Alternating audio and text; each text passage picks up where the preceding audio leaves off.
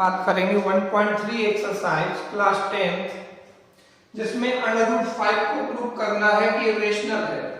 हम सभी जानते हैं कि √5 इरेशनल है, लेकिन प्रूव करना है।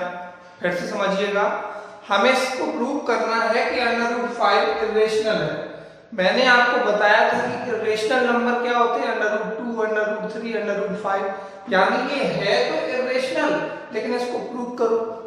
तो हम लोग मान करके चलेंगे कि ये रेशनल है। थोड़ी देर के लिए मान लेते हैं। जब हम इसे सॉल्व करेंगे तो लिख देंगे let us assume that √5 is rational. हमने मान लिया है कि √5 रेशनल है, और रेशनल का फॉर्मूला था P/Q। रेशनल का फॉर्मूला था P/Q।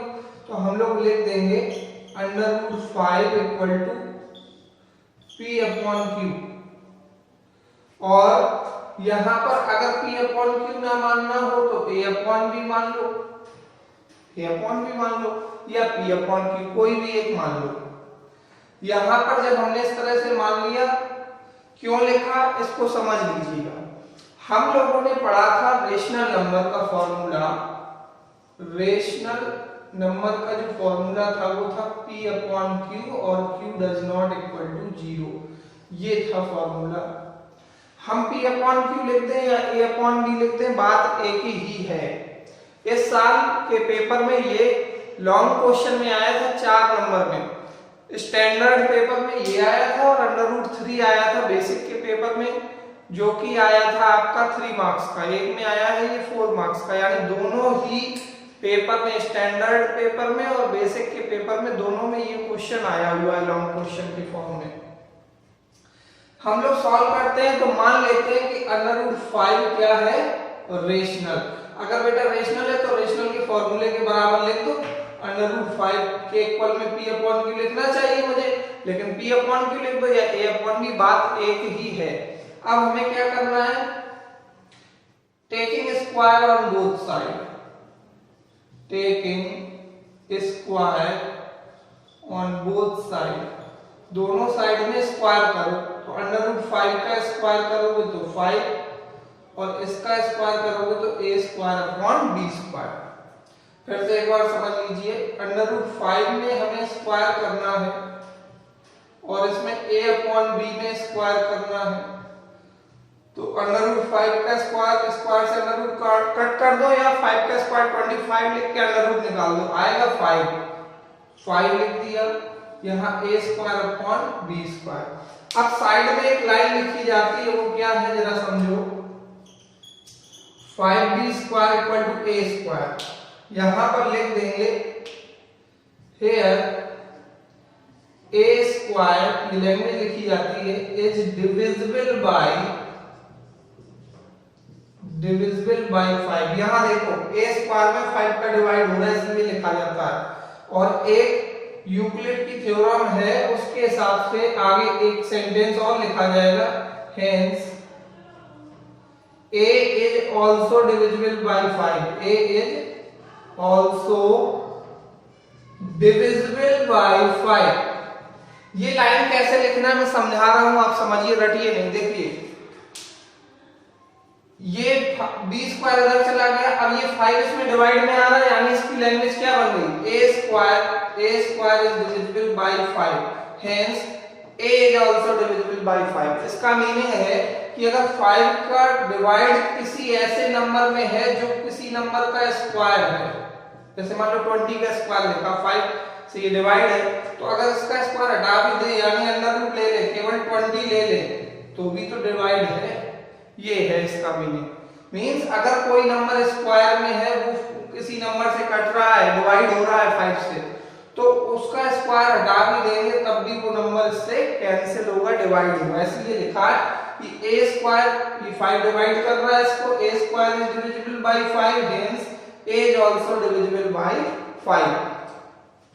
अब हमें इस लाइन में इक्वेशन फर्स्ट डाल के पुट करना है, A = 5C। याद रखें स्टूडेंट्स, यहाँ पर हर क्वेश्चन में वैल्यू पुट करनी है। अगर 5 का सवाल है तो a इक्वल टू 5c, अगर यहाँ अंडर 3 का क्वेश्चन होता तो a इक्वल टू 3c, यहाँ पे 3 कर लेना जब आप लगाना। 2 का हो तो 2c, मींस जिस क्वेश्चन को सॉल्व कर रहे हैं वही यहाँ पर मान लेंगे।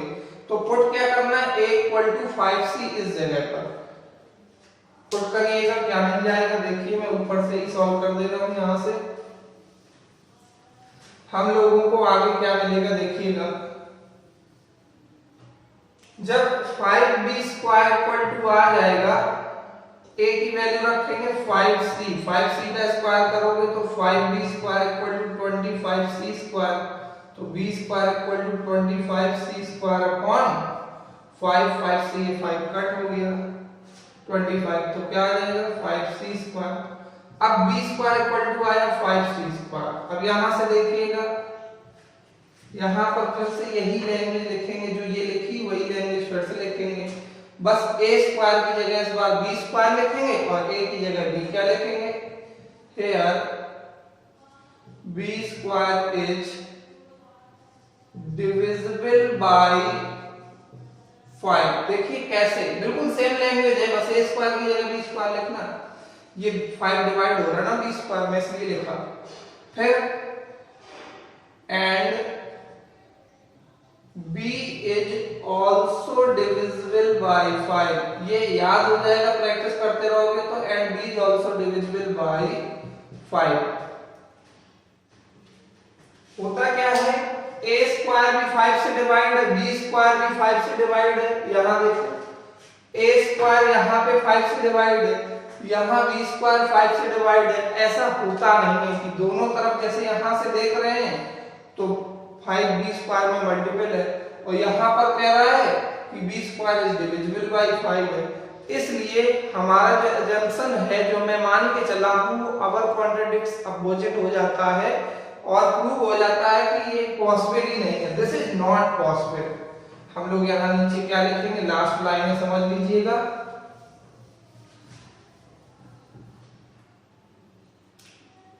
this is not possible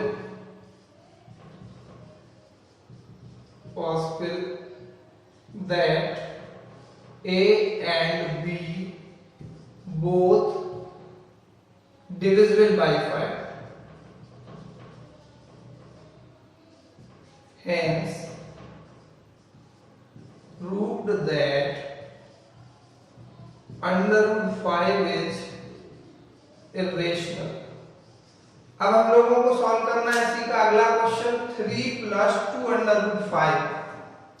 3 + 2 under root 5 किस तरह से करेंगे ध्यान दीजिएगा। सेकंड क्वेश्चन है, prove that 3 + 2 under root 5 is irrational. ये बहुत आसान है, उसी तरीके से मान लेंगे इसको भी सॉल्व करने में। Let us assume that 3 + 2 under root 5 is rational. अगर रेशनल है तो ये संख्या किसके इक्वल कर देंगे, a/b। क्यों करते हैं, रटना नहीं, फॉर्मूला था रेशनल का p/q। अब हम लोगों को क्या करना है, अंडर रूट एक तरफ बचा लेना है, बाकी सभी नंबर का ट्रांसफर कर देना है। करो ट्रांसफर, 3 को इस तरफ भेज दो,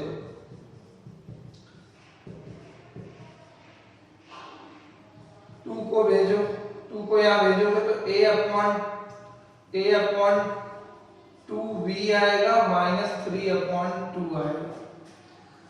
यहाँ पर लिख देना here a and b are integers। अब यहाँ से देखेंगे in RHS a/2b -3/2 is rational। Left hand side rational है, लेकिन अंडर रूट 5 तो इरेशनल होता है, अभी फर्स्ट क्वेश्चन प्रूव किया था। But under root 5 is irrational, so LHS RHS equal नहीं हुए, hence proved that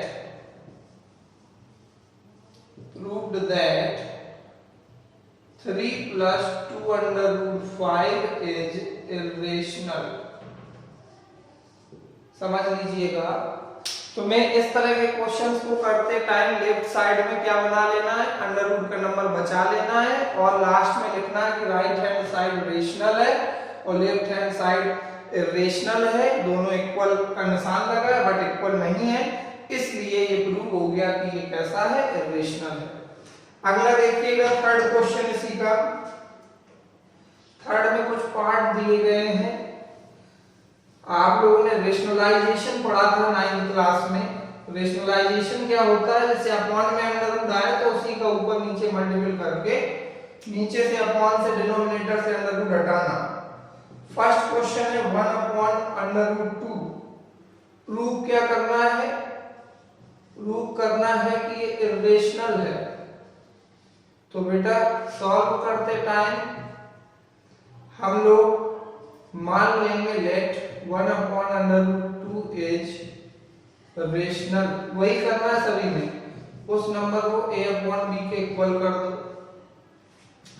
इसमें पहले अंडर रूट 2 का ऊपर नीचे मल्टीपल कर दो, तो ये 1 अपॉन 2 हो जाएगा और अंडर रूट 2 ऊपर इनटू में बना रहेगा अपॉन ये 2 इस तरह भेज दोगे तो मिल गया under root 2 equal to a upon b। वैसे ही फिर कर दो इन RHS, ये 2 इस तरह भेजना है 2a upon b। 2a upon b is rational but under root 2 in LHS irrational, hence 1 upon under root 2 is irrational। ये भी आपका मैंने प्रूव कर दिया। अब इसमें 7 अंडर रूट 5 को देखो, एक बार और समझ लीजिएगा। 1 अपॉन अंडर रूट 2 को प्रूव करना था, a अपॉन b के इक्वल मान लिया, रेशनलाइज किया तो ये 2 बन गया। ये 2 इस तरह भेज दो, 2a के पास भेज दो तो क्या आ जाएगा 2a अपॉन b। अब ये दोनों को देखिएगा, ये तो है रेशनल बट ये नहीं है, इसलिए ये क्वेश्चन रेशनल हो गया। अब इसका देखिएगा सेकेंड पार्ट है, थर्ड का सेकेंड पार्ट देखिएगा। थर्ड का सेकेंड पार्ट में लिखा है 7 अंडर रूट 5। 7 अंडर रूट 5 में डायरेक्ट सॉल्यूशन कर रहा हूं। 7 अंडर रूट 5 को a अपॉन b के इक्वल करेंगे तो under root 5 equal to a upon 7b। Language नहीं लिखी मैंने, लेट अस एज्यूम दैट, आप लोग लिखिएगा। फिर लिख दो इन RHS a upon 7b is rational but in LHS क्या लिख रहा है, under root 5 is rational, irrational, hence prove that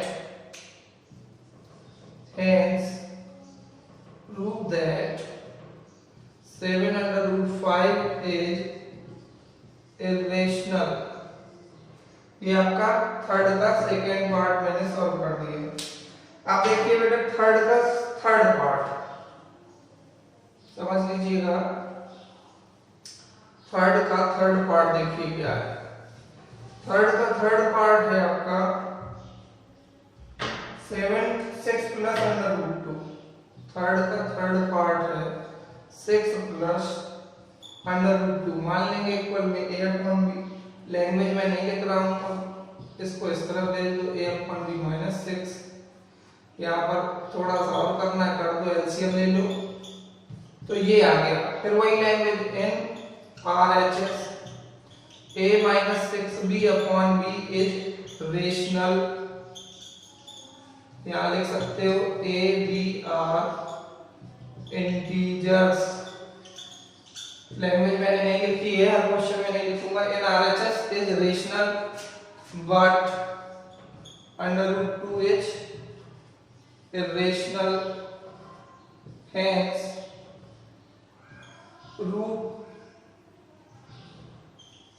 prove that 6 plus under root 2h irrational.